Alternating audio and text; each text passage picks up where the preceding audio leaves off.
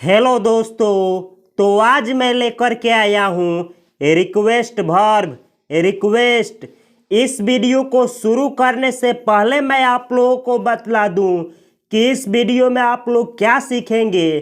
तो इस वीडियो में आप लोग सीखेंगे कि रिक्वेस्ट वर्ब का हिंदी मीनिंग क्या होता है, और आप लोग सीखेंगे कि रिक्वेस्ट वर्ब का पांचों फॉर्म क्या होता है, और आप लोग सीखेंगे कि रिक्वेस्ट वर्ब से 10 वर्ड मीनिंग कौन कौन सा मिल करके बना है, और आप लोग सीखेंगे कि रिक्वेस्ट वर्ब का और इनके पांचों फॉर्मों का और इनसे जो मिल करके बने हैं 10 वर्ड मीनिंग उनका आप लोग किस तरीके से सेंटेंस में यूज करेंगे।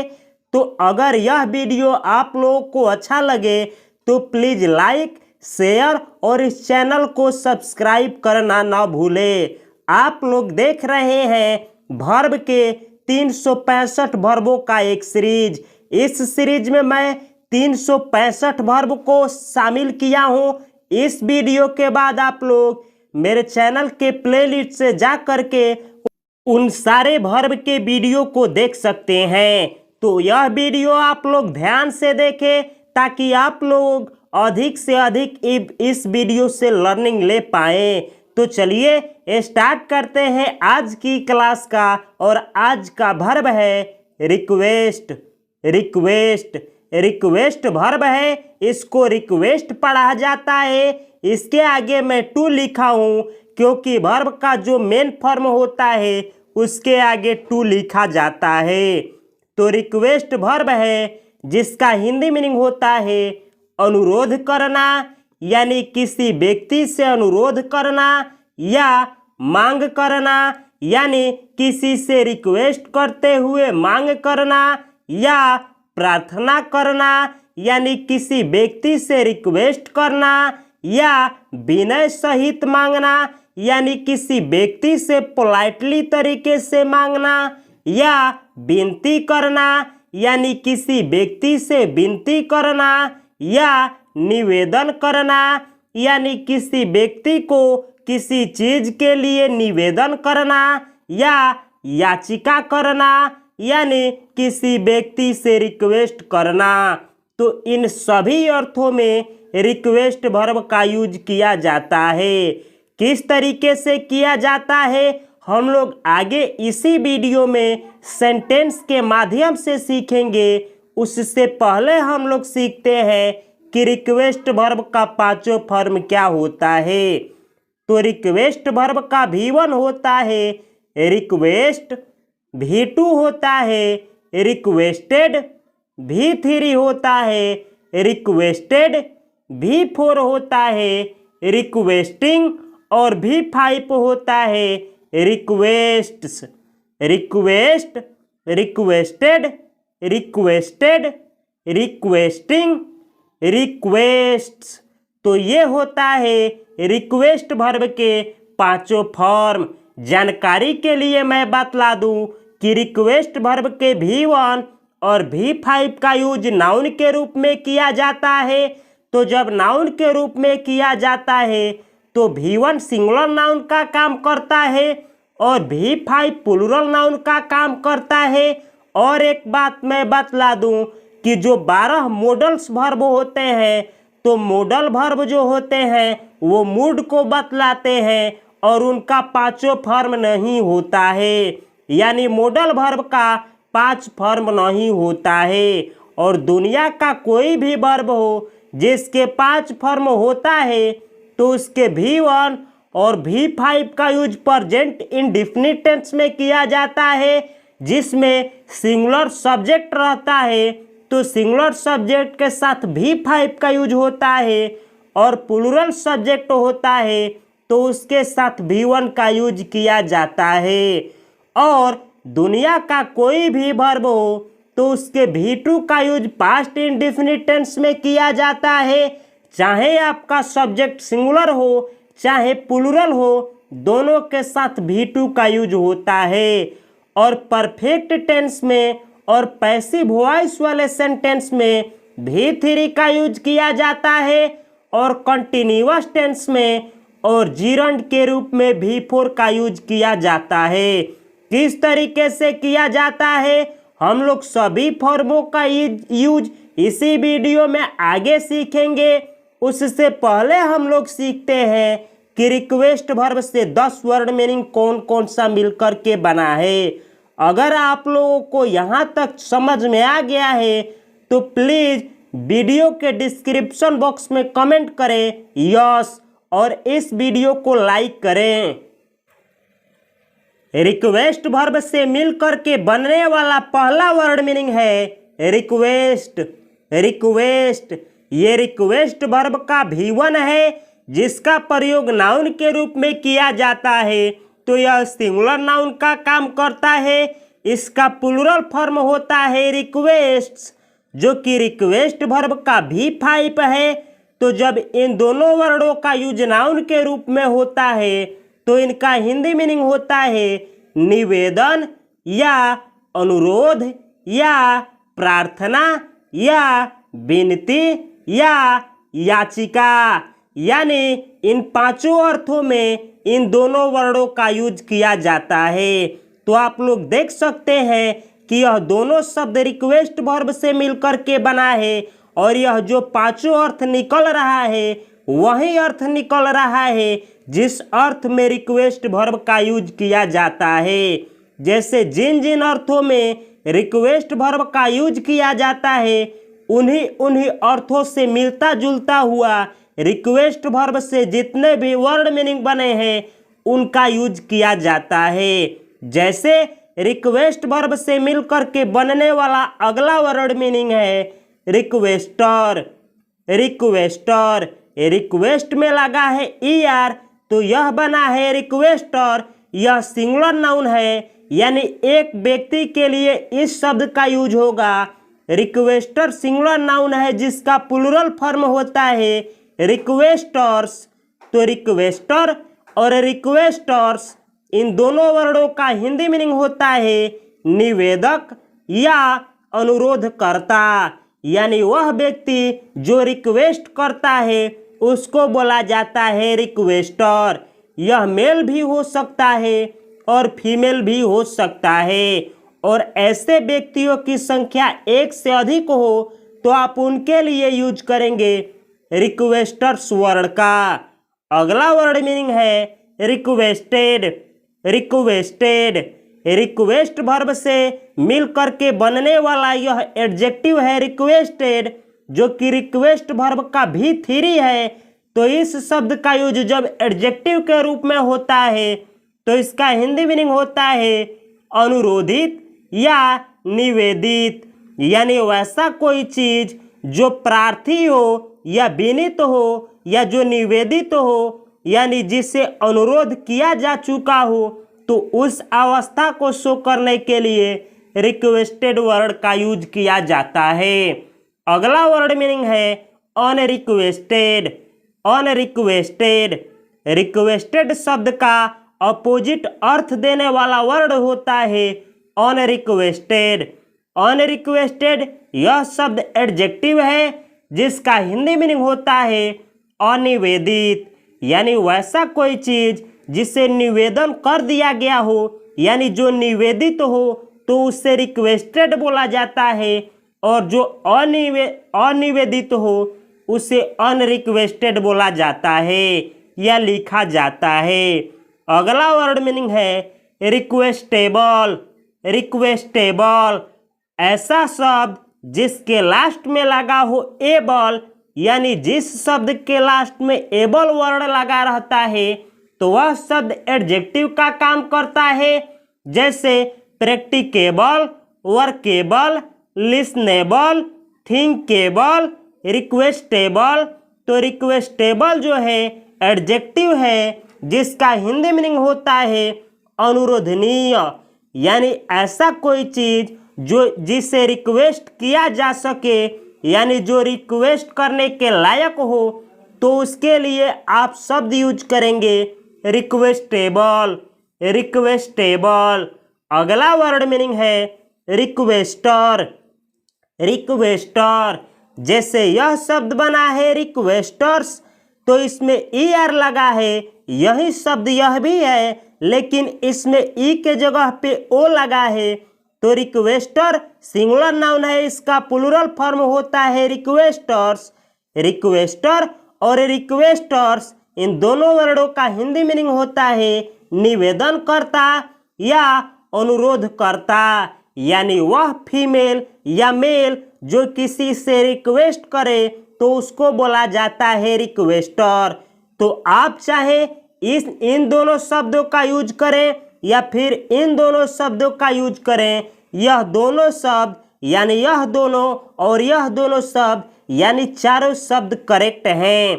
अगला वर्ड मीनिंग है जो कि रिक्वेस्ट वर्ब से मिलकर के बना है अनरिक्वेस्ट। अनरिक्वेस्ट यह रिक्वेस्ट वर्ब है, इसके आगे लगा है प्रीफिक्स अन प्रीफिक्स, तो बना है अनरिक्वेस्ट। अनरिक्वेस्ट भी वर्ब है जिसका हिंदी मीनिंग होता है अनचाहा अनुरोध करना, यानी न चाहते हुए किसी से रिक्वेस्ट करने को कहा जाता है अनरिक्वेस्ट।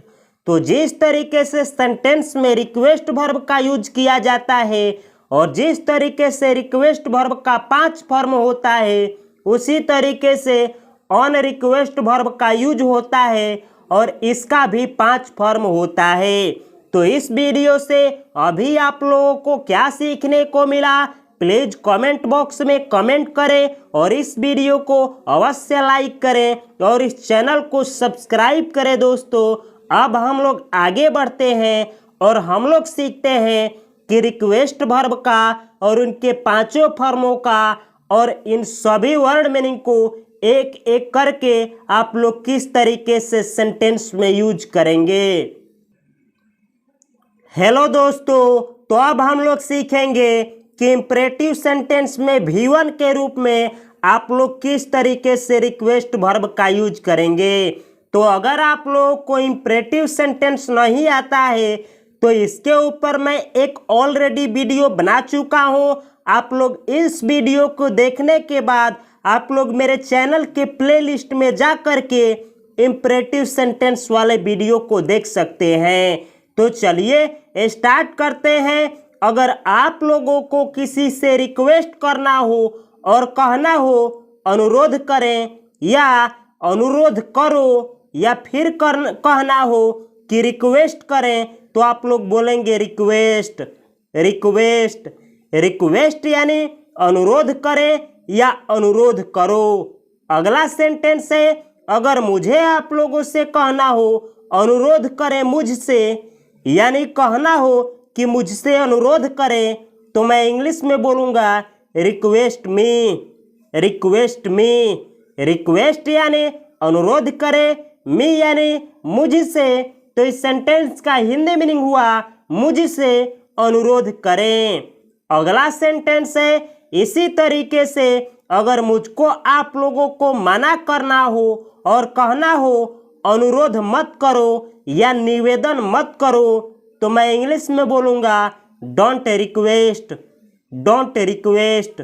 डोंट यानी मत, रिक्वेस्ट यानी अनुरोध करे या निवेदन करे, तो इस सेंटेंस का हिंदी मीनिंग हुआ मत निवेदन करें या मत अनुरोध करें, यानी अनुरोध न करें या रिक्वेस्ट मत करें। अगला सेंटेंस है इसी तरीके से मुझे अगर आप लोगों से कहना हो या आप लोगों को किसी और से रिक्वेस्ट करते हुए कहना हो कृपया निवेदन करें, तो आप लोग इंग्लिश में बोलेंगे please request. Please request. Please यानी कृपया, रिक्वेस्ट यानी निवेदन करें, तो इस सेंटेंस का हिंदी मीनिंग हुआ कृपया निवेदन करें।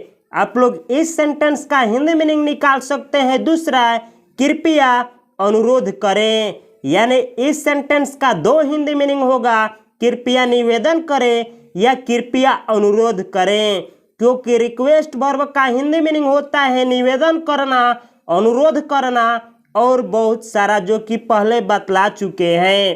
तो अगर आप लोग प्लीज भी वर्ड है जो कि वर्ब का काम करता है, किस तरीके से प्लीज शब्द का यूज होता है सेंटेंस में, आप लोगों को नहीं आता है तो इस वीडियो के डिस्क्रिप्शन बॉक्स में इसका लिंक दिया गया है, वहां से इस वीडियो को आप लोग देख सकते हैं, या आप लोग इस वीडियो को देखने के बाद मेरे चैनल के प्लेलिस्ट में जा करके प्लीज वर्ब वाले वीडियो को ढूंढ करके देख सकते हैं।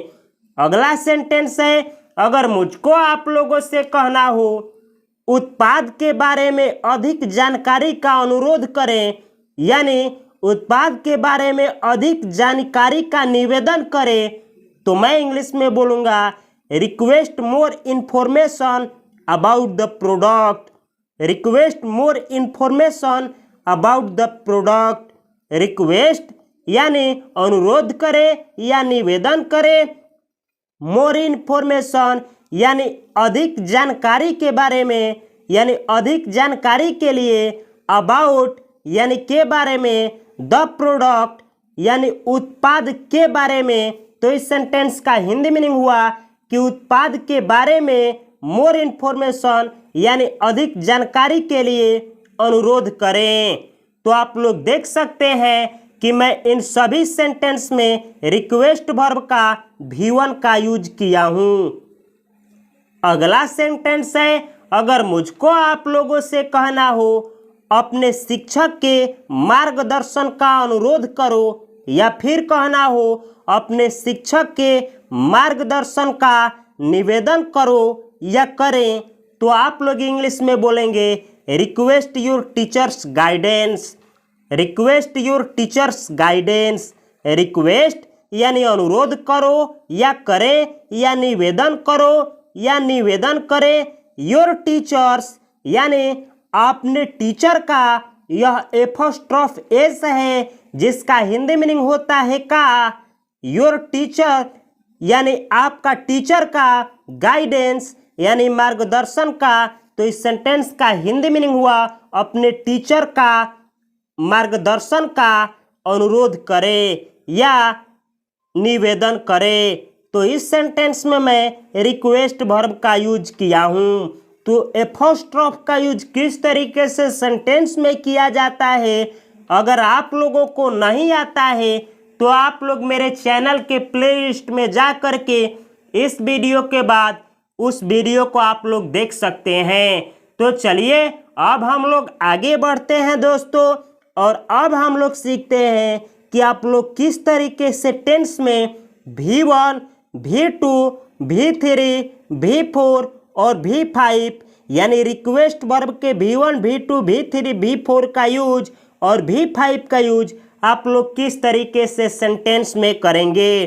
तो अगर आप लोगों को टेंस नहीं आता है तो घबराने की कोई बात नहीं, यह वीडियो आप लोगों को टोटली समझ में आएगा। लेकिन इस वीडियो के बाद आप लोग मेरे चैनल के प्ले लिस्ट में जा करके टेंस की वीडियो को देखना ना भूलें। जैसे अगर मुझको आप लोगों से कहना हो वह अनुरोध करती है, या फिर इसी सेंटेंस को कहना हो वह निवेदन करती है, तो इन दोनों हिंदी सेंटेंसों के लिए मैं इंग्लिश में बोलूँगा सी रिक्वेस्ट्स। सी रिक्वेस्ट्स। सी यानी वह, रिक्वेस्ट यानी अनुरोध करती है या निवेदन करती है। तो इस सेंटेंस का हिंदी मीनिंग हुआ वह अनुरोध करती है या वह निवेदन करती है। अगला सेंटेंस है, अगर मुझको आप लोगों से कहना हो आप मुझसे अनुरोध करते हैं, तो मैं इंग्लिश में बोलूँगा you request me. You request me. You यानी आप, रिक्वेस्ट यानी अनुरोध करते हैं या निवेदन करते हैं, मी यानी मुझसे। तो इस सेंटेंस का हिंदी मीनिंग हुआ आप मुझसे अनुरोध करते हैं या आप मुझसे निवेदन करते हैं। अगला सेंटेंस है, अगर मुझको आप लोगों से कहना हो कल उसने मदद मांगी थी, यानी कल उसने मदद मांगी थी, यह सेंटेंस रिक्वेस्ट करते हुए शो करने के लिए बतलाया गया है। तो आप लोग इंग्लिश में बोलेंगे सी रिक्वेस्टेड हेल्प यस्टरडे। सी रिक्वेस्टेड हेल्प यस्टरडे। सी रिक्वेस्टेड यानी उसने रिक्वेस्ट की थी, अनुरोध की थी, हेल्प यानी मदद की, यस्टरडे यानी बीता हुआ कल। तो इस सेंटेंस का हिंदी मीनिंग हुआ उसने कल मदद की रिक्वेस्ट की थी, यानी उसने कल रिक्वेस्ट की थी यानी मदद मांगी थी। तो इस सेंटेंस में मैं यस्टरडे शब्द का यूज किया हूँ। याद रखें कि यस्टरडे एक ऐसा शब्द है जिसमें आर का उच्चारण नहीं किया जाता है, यानी इस शब्द को पढ़ा जाता है यस्टरडे। यस्टरडे जिसका हिंदी मीनिंग होता है बीता हुआ कल, यानी जो कल बीत गया है उसको यस्टरडे बोला जाता है। अगला सेंटेंस है, अगर मुझको आप लोगों से कहना हो वे सहायता मांग रहे हैं, तो मैं इंग्लिश में बोलूँगा they are requesting assistance. They are requesting assistance. आप लोग यह भी बोल सकते हैं कि they are requesting help. They are requesting help. ये जो हेल्प होता है यह थोड़ा इनफॉर्मल वर्ड होता है, यानी इस शब्द का यूज आप लोग ऑफिस में कम करेंगे, बड़ों लोगों से कम करेंगे। लेकिन असिस्टेंस वर्ड जो होता है यह फॉर्मल होता है, इसका यूज आप लोग कहीं भी कर सकते हैं। इन दोनों शब्दों का हिंदी मीनिंग होता है मदद। तो इस सेंटेंस का हिंदी मीनिंग हुआ दे आर रिक्वेस्टिंग असिस्टेंस, यानी वे लोग सहायता की रिक्वेस्ट कर रहे हैं, यानी वे लोग मदद मांग रहे हैं। अगला सेंटेंस है, अगर मुझको आप लोगों से कहना हो उसने और समय मांगा है, यानी उसने और समय का रिक्वेस्ट किया है, तो मैं इंग्लिश में बोलूँगा she has requested more time. She has requested more time. She has requested यानी उसने अनुरोध की है, मोर टाइम यानी अधिक समय का, यानी इसका हिंदी मीनिंग हुआ उसने और अधिक समय मांगा है, यानी उसने और अधिक समय का निवेदन किया है। तो इस सेंटेंस में मैं रिक्वेस्ट वर्ब का भी3 का यूज किया हूँ। जैसे पहले मैं आप लोगों को बतलाया था कि दुनिया का कोई भी वर्ब हो प्रेजेंट इंडेफिनिट टेंस में V1 और V5 का यूज होता है। जैसे कि आप लोग देख सकते हैं कि यह सेंटेंस दोनों प्रेजेंट इंडेफिनिट का है जिसमें सब्जेक्ट सिंगुलर है, तो इसके साथ रिक्वेस्ट वर्ब का V5 का यूज हुआ है, और इसमें सब्जेक्ट प्लूरल है तो इसमें रिक्वेस्ट वर्ब का V1 का यूज हुआ है। तो यह दोनों सेंटेंस प्रेजेंट इंडेफिनिट का है जिसमें V1 और V5 का यूज हुआ है। अगला सेंटेंस पास्ट इंडेफिनिट टेंस का है जिसमें मैं रिक्वेस्ट वर्ब का V2 का यूज किया हूँ, और यह सेंटेंस प्रेजेंट कंटिन्यूअस का है जिसमें मैं रिक्वेस्ट वर्ब का V4 का यूज किया हूँ, और यह सेंटेंस प्रेजेंट परफेक्ट टेंस का है जिसमें मैं रिक्वेस्ट वर्ब का V3 का यूज किया हूँ।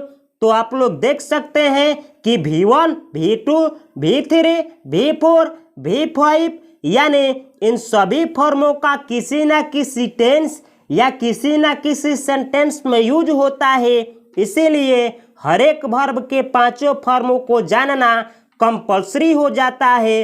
तो इस चैनल पे मैं करीबन जो दुनिया में सबसे ज़्यादा स्पोकन में यूज किया जाता है वर्ब, उनको करीबन 300 से प्लस अधिक वर्बों को इस चैनल पे मैं बतलाया हूँ।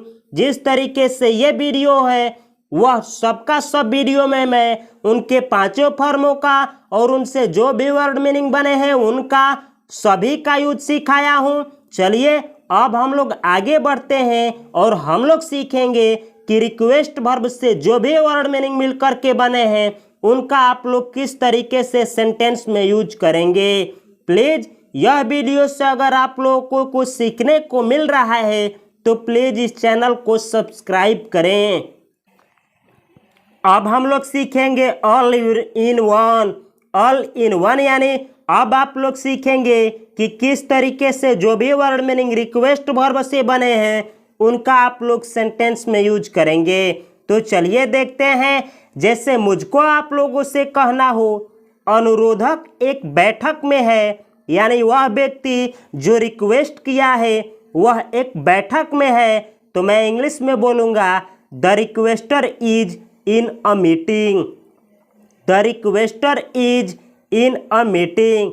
द रिक्वेस्टर यानी अनुरोधक, इज यानी है, इन यानी में, अ मीटिंग यानी एक बैठक में। तो इस सेंटेंस का हिंदी मीनिंग हुआ अनुरोधक एक बैठक में है। तो इस सेंटेंस में मैं रिक्वेस्टर नाउन का यूज किया हूं जो कि रिक्वेस्ट वर्ब से मिल करके बना है। अगला सेंटेंस है, अगर मुझको आप लोगों से कहना हो अनुरोधित दस्तावेज तैयार है, यानी वह दस्तावेज जिसके लिए रिक्वेस्ट किया गया है वह तैयार है, तो मैं इंग्लिश में बोलूँगा the requested documents are ready. The requested documents are ready.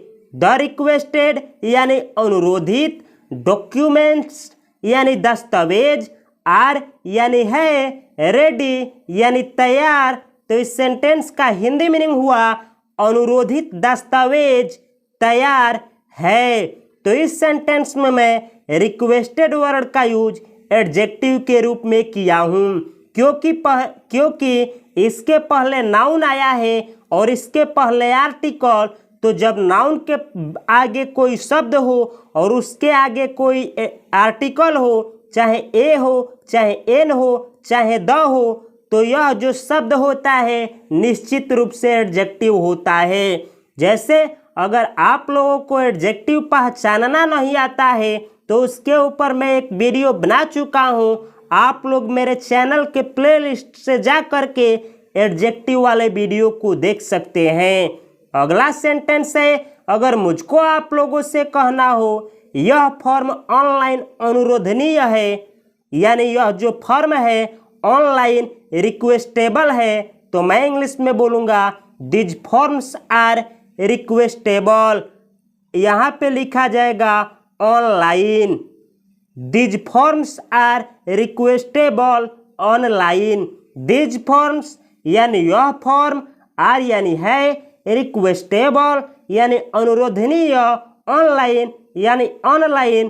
तो इस सेंटेंस का हिंदी मीनिंग हुआ यह फॉर्म्स ऑनलाइन अनुरोधनीय है। तो इस सेंटेंस में मैं रिक्वेस्टेबल एडजेक्टिव का यूज किया हूँ जो कि रिक्वेस्ट वर्ब से मिल करके बना है।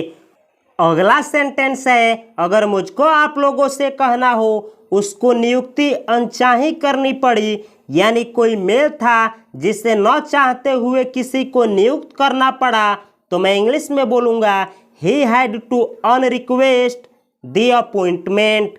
ही had to unrequest the appointment.